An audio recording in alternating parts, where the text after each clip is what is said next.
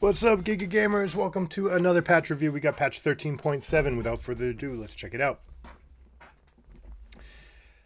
This is the MSI patch, and we're going to talk about some serious issues coming up into MSI. Now, they say that they're going to leave room for some retweaking, but I've got a big, conundrum, this philosophical debate. You've got these teams going to MSI. They qualified by being good under a certain set of parameters. Now you're changing those parameters, and then they have to compete under those. Is that good or is it bad? I don't know. I need your opinion. Let me know in the comment section below. Is it better to test the versatility of these first place teams in MSI, or would you rather see them doing what they did best for the whole season at MSI? I gotta know.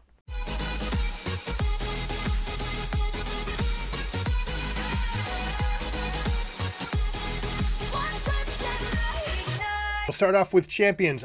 Big change to the Mukau. Alistar gaining 3 armor up to 47 and a svelte 685 base health. This makes Alistar the biggest champion in the game at level 1. I expect this to have repercussions. I think that you should go into your game and just start with Hextech, Flash Traption, and Glacial Augment. Literally just walk up to your opponent, Flash Pulverize, and start fighting. Because there's literally nothing that can outtrade you in the game with these base stats. So try it out. Let me know how it goes. Annie, people finally realize that you should be maxing the E in the support role, so they're taking some points away from that. I don't like where this is going to leave her in mid lane. The cooldown is going up by 2 seconds, and the shield amount is going down by 20, which is pretty significant at lower levels. So this is more geared towards the support. As mid laner, you tended to only put 1 point in it, so you're not going to feel it that much, but support's definitely going to feel it, which is probably good because Annie was way too strong. Azir going over a complete overhaul again as they try to figure out the space where this champion is going to go. Feel free to read this out later, but here's all the changes. Base stats, the armor is going up by 3. The attack speed growth is going up by 1%, which means late in the game, you're going to start really ripping into people. Passive is getting better. Remember, you need to stand near the turret now. That's a change from the recent patches. The cast range getting a little bit easier to cast, so you don't need to get that I'm walking right under the turret effect. Conquering Sands going way up to 110 mana at 5 ranks, okay? The stab range is also going down. So the big news is that we're not going to put 5 points in this anymore. We're just going to do 1. We're going to start maxing the W, all right? The Arise damage, the mana is going to go down as you rank it up, and the damage based on level is going to be going up. So test this out. It's going to completely change the way that you position your soldiers now that you're not going to use Q pass-through as the majority of your wave clear. Now you're looking to put a W in the middle of the wave, poke, rip through the back line, rip through the front line, and just kind of use one soldier to get a lot of wave clear without having to use the Q. Now you can position them a little bit more aggressively. You can save some mana not using your Q and save that Q for that EQ shuffle combo. Graves, I don't think Graves needed a buff, but he got one. 10% extra critical strike per pellet. Also the cooldown on his ultimate. So, yes, this champion wasn't as strong as it was for basically 2 years, but it was still a Smurf favorite and a high, elite ELO option for Smurfs and for boosters. Excuse me. I think this champion is going to be really good, so check it out. Make sure you go through. This is a champion where you really want to practice your clear on, because you got to practice how those pellets are connecting.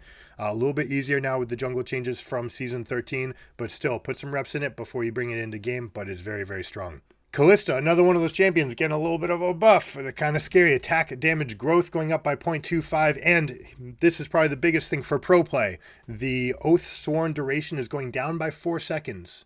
Now, this was a very important thing in pro versus teams that had Callista. You could play 5v3 on the map for about 5 seconds, which meant that you could take further positions. You won't be able to do that as much, right? This reduction is going down by 4 seconds, which means you're not going to get stuck in the base post the gate dropping, right? You're going to be able to cop out just right after the gates drop. So that's going to make a big impact on what is available at pro play at level 1.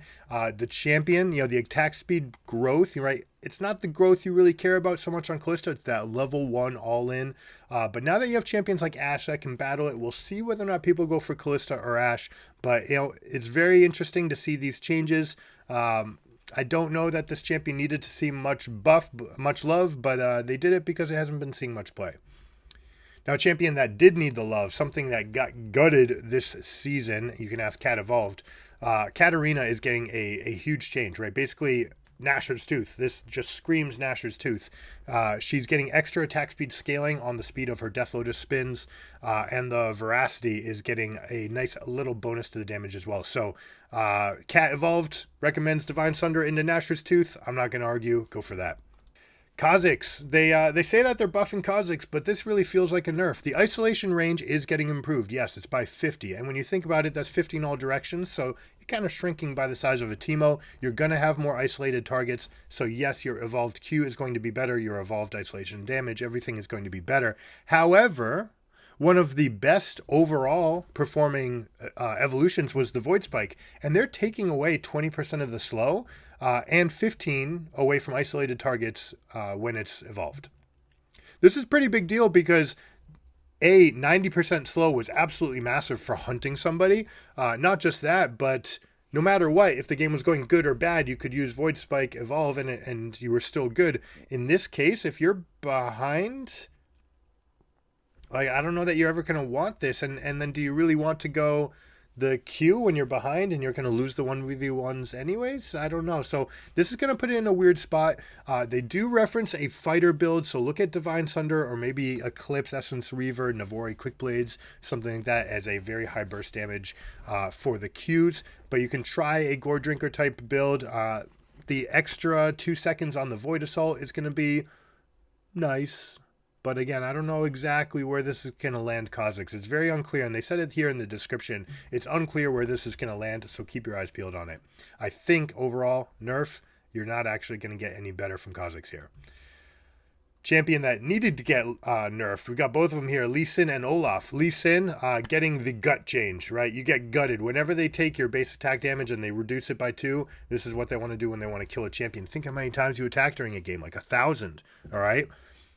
Lee Sin losing 2 damage. That's going to also affect all of his scaling on all of his abilities. His base armor going down as well, which means he's not going to be as healthy in the river coming out of the jungle. It also means that his laning builds are going to be a lot weaker. So Lee Sin getting the gut punch. He needed it. He was too strong. This is probably going to over nerf him, so stay away from Lee Sin. Olaf getting a much gentler touch. He's losing 10% on the passive at level 1. It's still going to go up to 100% at level 18. The Q Undertow is going to go down by 5. The bonus AD is still there. So slight little tweak nerf to level 1, much less oppressive at that level 1 and 2. We can just run people down, use the empowered shield from the W, and just hacksaw people down. He needed this. Olaf has been the best. For some reason, people just didn't pick it up in solo queue, but Olaf has been that good. Perhaps because he's been so good that he gets banned a lot in pros, so people don't see him as much, and it's kind of out of sight, out of mind. But anyways, Olaf back down to normal. Doesn't need to be a permaban from top lane anymore. Rammus. I want to talk about this Rammus change. This is 3 consecutive nerfs to Rammus, and it has nothing to do with the balance of Rammus, and I hate this change. All right, his defensive ball curl is going to give you 20% less scaling late. All right, and this is going to affect your end games. As the jungler build, you tended to only put 1 point in your W and then get it later, so this is really affecting end game for jungler. However, the laning, which has become somewhat popular, thank you, boss, this is a pretty big nerf as well, right? And it's worth noting that the damage that you're replicating is not getting nerfed. This is solely for your tank stats. But basically, ever since the change that allowed him to move at full speed while he had defensive ball curl up, it's made him too strong. But let me talk about why this is an important change. We talk about it sometimes with mage satisfaction, right? Mage satisfaction has been kind of low, and we're going to talk about it with the catalyst of the Eons change that's going on. It's just kind of not good to play mages right now, which makes Rammus stronger, right? Rammus is benefiting from a metagame that is 70% physical damage based. So it's not that Rammus is too strong, it's that people are picking Rammus correctly into good situations against 3 and 4 physical damage champion comps. So I don't really like that they keep on nerfing him. It means that he's going to get worse as soon as the mages get that buff. Now, we've looked at a little bit of the AP Assassins. They've gotten a lot of love. The Fizzes, the LeBlancs, and then we've got the Annies of the world that got much stronger previously. So If those champions are strong, Rammus is very weak. But now in the situations where you're getting Rammus and you're hoping to use him as a counter pick, he's still going to be a little bit weaker. He's still going to be the go-to guy. If you're playing against 4 AD, absolutely pick up Rammus and he's going to be a win. But check out some Alistar too, because holy moly, that early armor buff is insane.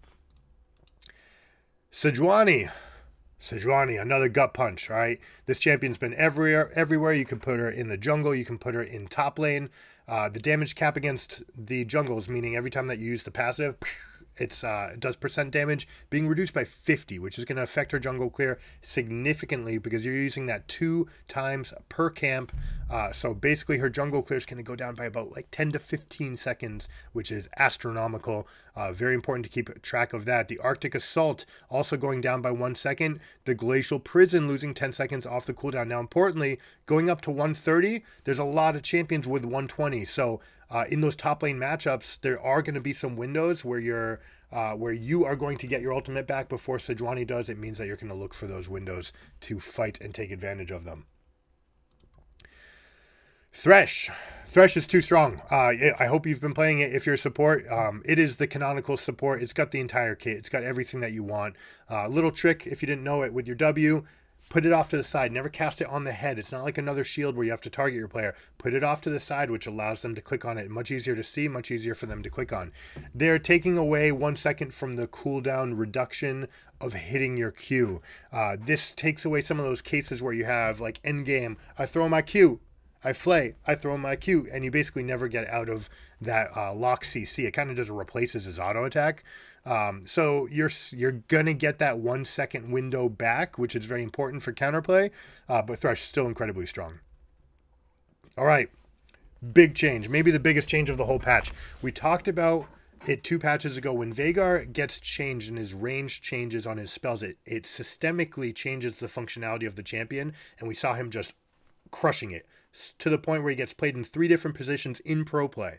All right, and he's still all over the place. He's still really good in bot lane, but they are making some changes to try to move him over to mid. So let me explain it. The AP ratio, down by 15, up by 5 at max rank. No problem. Everyone's maxing their Q, right?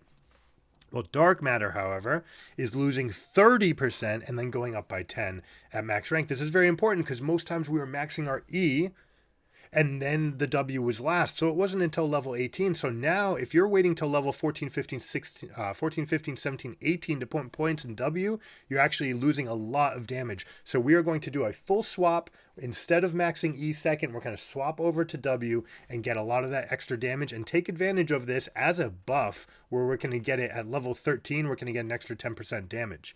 The Primordial Burst is going down by 10% at level 6, down by 5 at 11, and back to normal at 16. So we're giving up 5, but we're getting 15 at this level 13 spot. So going to be a little bit stronger at that mid-game juncture. Here's the other big change, though, and the one tricks are going to cry. There were spots on the map where you could actually drop the wall into... Sorry, you could drop the cage into the walls, and because the center of the cage is not visible, you would not be able to see the rings. I hated that. It's gone. That's a trick. We'll call it. It wasn't an exploit, we'll say, but it was just definitely something that good Veigar players knew about. You can still place it in the grass, and the circle will disappear, right? As long as they don't have vision in the grass. If they have vision in the grass, they'll see it. So use that trick. Put a red ward down, then put the cage down, and you can still lock some people up and get some tricks off of that.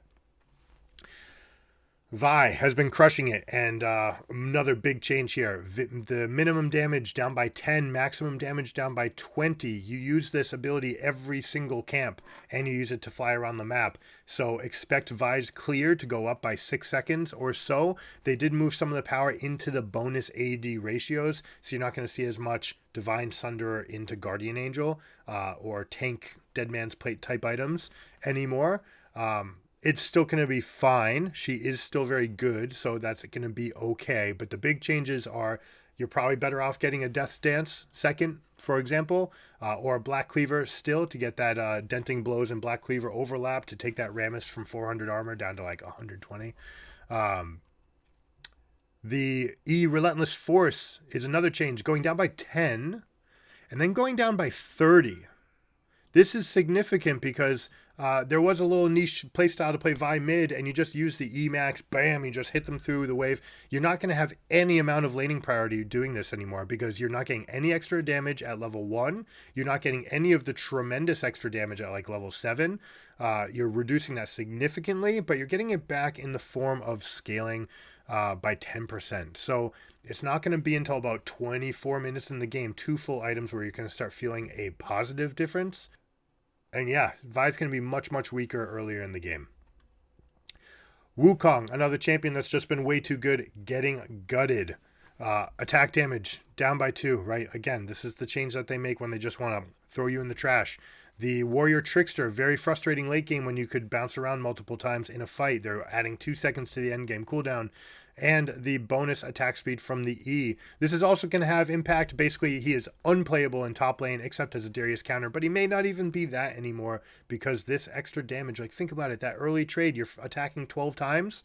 That's 24 less damage that you're missing out on, not to mention 5% attack speed. So you're getting 1 less of those attacks as well. So big change, top lane, big nerf, jungle, big nerf. Expect Wukong to drop out of pro play because of this change. Yasuo getting a little quality of life. I actually think he's in a pretty good spot with all the marksman items getting better and the fact that you can get bonuses from Infinity Edge. I still haven't seen many people go Infinity Edge first on Yasuo, but you could do that and get a Cloak of Agility. But either way, they're improving the shield amount and they're improving his E, which actually makes it so that you do have a window at level 2 with all this extra stacks. You can get 4 stacks now, which means you look for a zip zop zippity boop bop fight level 2 all in, especially if you get Lethal Temple in mid lane. Zeri needed a nerf. I'm surprised that they didn't just hit her with the AD nerf, but it's a little bit different because of the way her abilities work.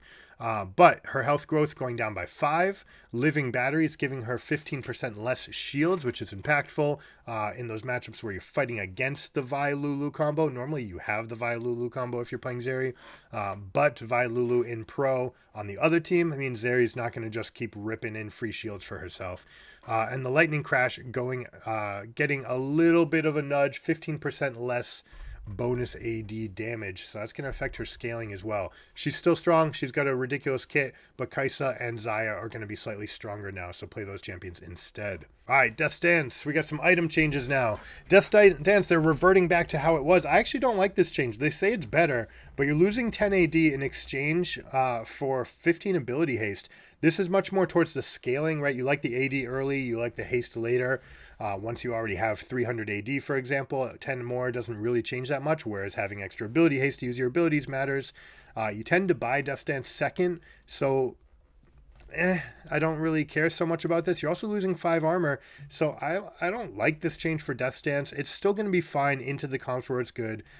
Very much a counter pick into those 4 AD type comps, and you want to be fairly high damage to get these effects off. Now, here's probably the biggest change, because Catalyst of the Eons was the best item in the game, all right, bar none. And this is one of the reasons why Rod of Ages support, champions in general, were taking over, not supports. Rod of Ages mid lanes.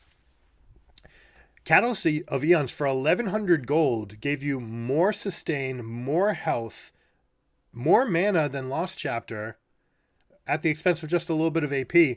And it was cheaper, so it really just was the better option. And a lot of times, even champions like Victor, who you'd assume wanted Lost Chapter, were totally fine buying Catalyst of Eons for 1100.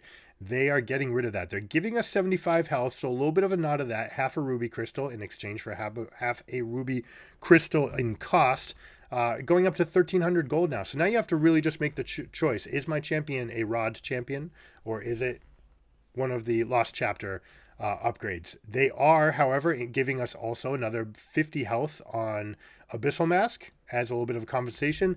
This is the most underrated item in the game. If you are a source of melee-ish low-range damage like Tom Kench, for example, you should be all over this item. Even like Threshes of the World, Alistar that we just talked about with a Sunfire or Abyssal Mask, Sunfire, and Protean, and you're just like, there we go. I'm huge. I'm dealing tons of extra damage and amplifying this, and plus, like, the extra stats are really good for someone who already has a base high armor. Rod of Ages is going to be less expensive to compensate. Grievous Wounds, something that was very I don't know if you would call it intuitive or not, but dealing damages to shields used to not apply effects. But now, since they allowed it to happen with burning effects, they're allowing it to happen with Grievous Wounds effects as well. So don't worry about breaking shields first to try to get your burn damage or Grievous Wounds items. Just hit them. It's gonna make the effect. It's still not great, but it's a quality of life improvement. Clash Targon Cup is coming up. If you guys want a special deal, use season 2023 at gigagamingacademy.com. We'll check you out there. Get your team a free lesson. All right, we'll do it. Get your Clash team in. We'll figure out what your team's good at and how to get to it. If you have a good time, hopefully we hear about some 3-0s or just some good times, right? Just having fun with your friends. Off-screen pings are going to be a little bit better. They're going to linger and show you the direction they came from, so it's a little bit easier for you to communicate. Behavioral systems are continuing to work on this. They're making a priority to clean up the game. Thank you. Challenges, don't care. Competitive. We've seen some changes that they've rolled out with the extra LP gain, so much more volatile up and down. Makes it feel like you're rising and falling, in some cases faster. But something that we've been talking about, getting this this queue preference where you can say, no, I absolutely don't want to be autofilled. I'm willing to wait. They're actually going to test that out on 3 different servers. So we'll see how this goes. Big one is autofill is removed. So we'll see how that comes in. I do believe that you'll still be able to queue as fill, but you just won't be moved. If you chose mid, it's not going to move you to top. 32-bit client deprecation. This happened. Boom. It's done. If you're on a 32-bit client, you got to figure it out. You got to move over to 64. This is so that they can support the growth of the game and everything that's going on. So if you're on your older clients, today might be a bad day. Check it out. I hope you guys don't have any bad news. You've got milestones, bug fixes. I recommend that everybody come check, do a search for your champion, see if they show up here. And, sometimes you get something that's like, oh, if I was wondering when they were going to fix that, check it out, see if it's here. A couple adorable skins. We've got the furry friends, Kled, Kindred, Nidalee, and Yumi all getting some love. So all the furries out there are going to be happy. Get some skins. And that's that. So I hope you guys enjoyed it. Again, if you want to play Clash or if you want to try out, thanks for watching. To show my gratitude for your support, use season 2023 at the checkout. When you're booking your lesson, there's a lot of things that you can get for free. One time each, but share it with your friends. I'm happy to have everybody. So I'm going to go play some Alistar now. Absolutely. We're going to just rock this thing for as long as possible. So I'll catch you on the Rift. Peace.